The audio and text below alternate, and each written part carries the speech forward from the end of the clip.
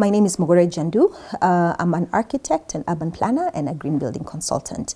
The reason I'm very interested in climate change, or rather climate action, is really because of climate change impacts all of us. And for me, it's a very sort of personal reason, because when I look at where we are and where we're going, it will impact my children quite dramatically. So in terms of my space in the construction industry, in the building industry, it makes sense for me to be passionate and interested and quite being an advocate for climate action in the built environment. In the building industry, in the construction sector, the building industry contributes 37% of energy use globally. Additionally, we also contribute 30% to carbon emissions globally. What that means is that the building industry does have a large effect in terms of climate change, but it does also accord us one of the biggest opportunities, and particularly on the African continent.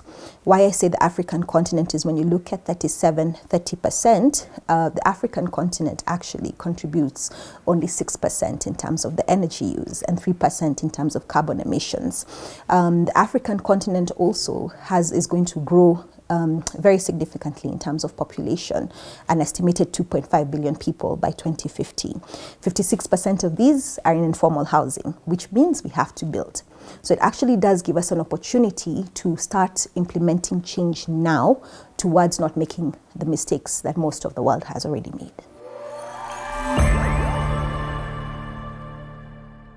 I would look at it in a couple of different ways. The first perspective really is around policy. The African continent as a whole has only 5 countries that have a mandatory building code. 5 countries in the whole of the African continent, 9%. Only have a mandatory building code, which means the rest of the continent really does not have firm guidelines as to how we should build. So we do have an opportunity to push on policy and regulatory framework to ensure that we design policy that is good for the environment, that is good for climate action. Just looking at Kenya alone, for example, Kenya has actually a building code, but it's not anchored in law.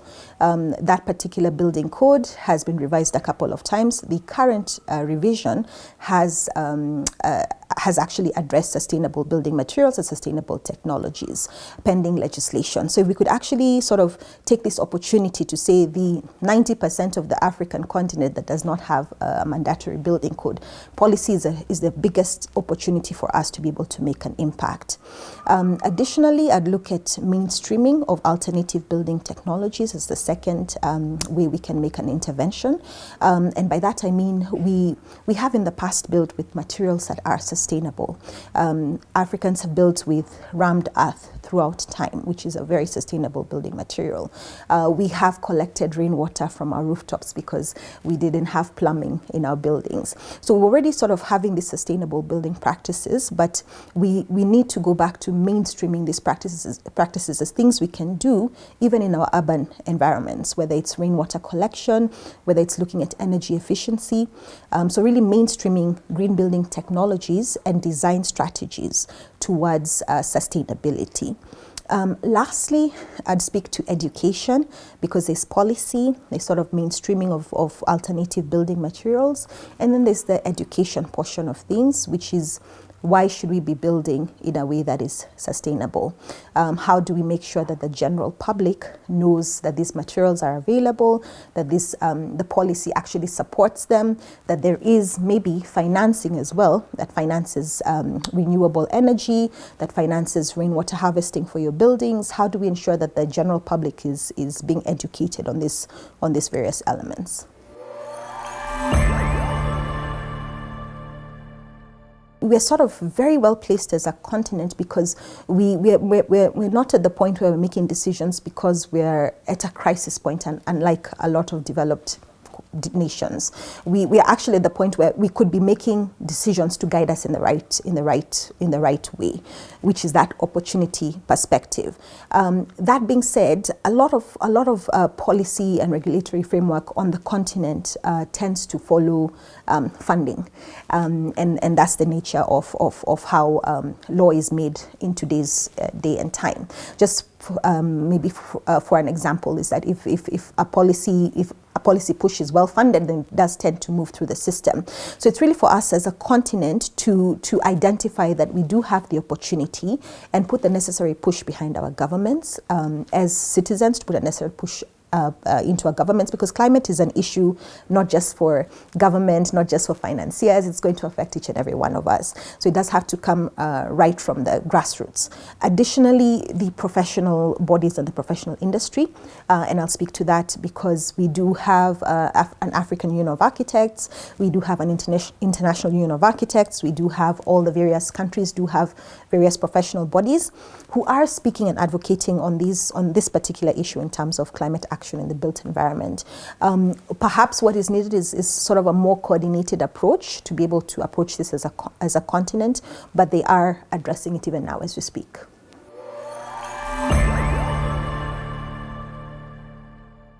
I think it comes down to what I mentioned in terms of funding of the policy.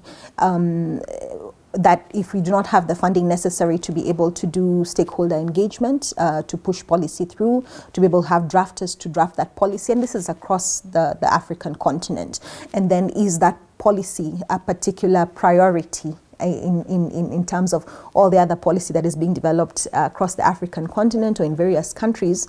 Does climate action in the built environment rank in terms of priority? And if it doesn't, how do we then make sure that it does rank in terms of priority? And I really think that platforms such as this is where we raise awareness of why this needs to become one of the biggest priorities for the African continent.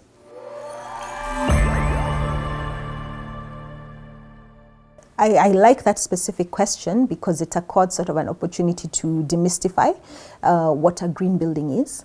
Because I think sometimes when people think about a green building, they think of it as a very technical, like you have to have very sort of high-tech interventions for a building to be considered a green building.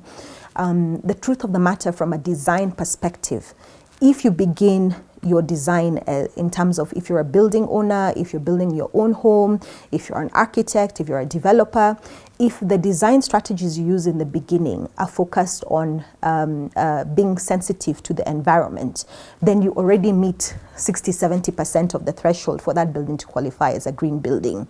And by design strategies, I mean simple things. How do you orient your building to be able to get the most natural light? More natural light means you use less artificial light. You're reducing your energy use in the building. How do you orient your building? We're in most African countries are in the tropics. How do you orient your building to have the best natural ventilation? We don't typically need heating or air conditioning per se in most of our rooms. So how do you orient your building to get the most out of natural ventilation based on the various times of the year? So making these sort of very smart design strategies right from the start, which always starts off with working with a professional who can actually guide you on that, means that you start meeting that threshold of a building that is considered a green building. Besides that, when you look at a green building, we look at a couple of different things when it comes to what we call certification. We look at materials, which you mentioned. What materials are you using? Are those materials considered what we call low impact? By low impact, we mean from the point of the material being manufactured to the point the material is installed and on site. What is the use? What is the impact of that material in terms of carbon emissions, in terms of energy used? So, and it's actually called the embodied carbon for the materials. We look at the materials. Are the materials low impact? And that means, did I use the earth that I excavated from my site to create rammed blocks? That would be a very low impact material.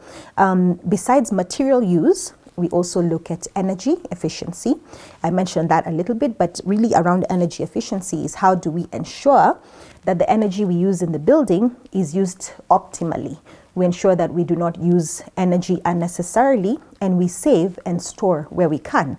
And that comes to even simple things like having solar panels in your buildings to store some energy, to be able to sort of, and solar energy doesn't have to be used throughout the building. You could still be on the grid, but still use some of the solar energy, which means then you are sort of impacting in terms of the energy use.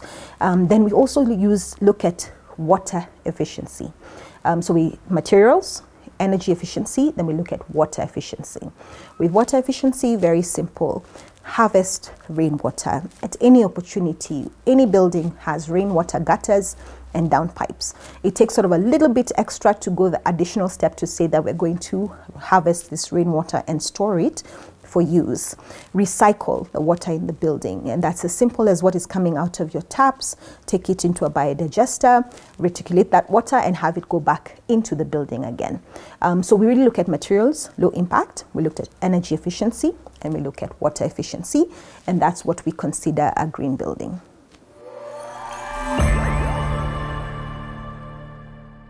Maybe let me just start off with how important it is that we address sustainability from the start at the education point, and perhaps not even at the tertiary college level, but right from primary school, secondary school, speaking to climate action to our children. I'll come back to your question as to how to get the workforce ready for that. But I do want to sort of speak from the perspective, starting from the education point. Reason being is that I do think that the younger generation are very well informed about what climate change is and how it will impact them.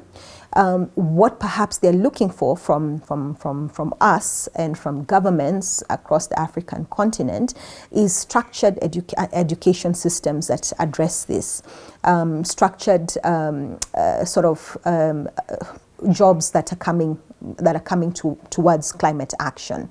That being said, from the education perspective, if we start teaching behavioral change, and behavioral change means we have grown up sort of in a generation of where we have been a bit callous with the environment.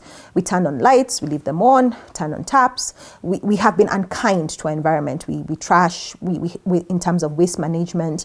If the sort of the way of thinking can change right from the point when children are young, in terms of how they behave in environments, how they think about their environment, then we're making a very big change. You mentioned about the jobs in the construction industry and how do we better prepare for lack of a better word, green jobs. I really think it does again come back to the college point. We have a lot of alternative building materials. We also have a lot of alternative building technologies that address climate action in buildings, but these are not going back to the education system. We're still quite traditional about how we teach. So when you'll find, like, if you're trained as an architect, yes, you talk about environment early on in your education, but you don't really talk about the impact of not doing things the right way. So you have a lot of professionals who graduate and then go into the sector doing things the way the society does them, which is not necessarily the best way. And even just to speak to, examples, you'll find people building buildings right next to each other without natural ventilation. You ask somebody, why did you build that way? And it's a fellow professional, and their client or them will tell you, the next neighbor has built the same way. But just because something is not being done correctly, and it is being done, does not make it the right thing to do. So in terms of looking at how do we at the education level identify opportunities for our youth to be trained, whether it's in renewable energy, whether it's in looking at water efficiency, whether it's even in a certification and measurement and evaluation of these various green elements, whether it's looking at how do we incentivize even people going into some of these fields, looking at local materials and local material technologies. How do we incentivize the African youth to want to invest, whether it's at an entrepreneurial level or whether it's at an employed level, into climate action?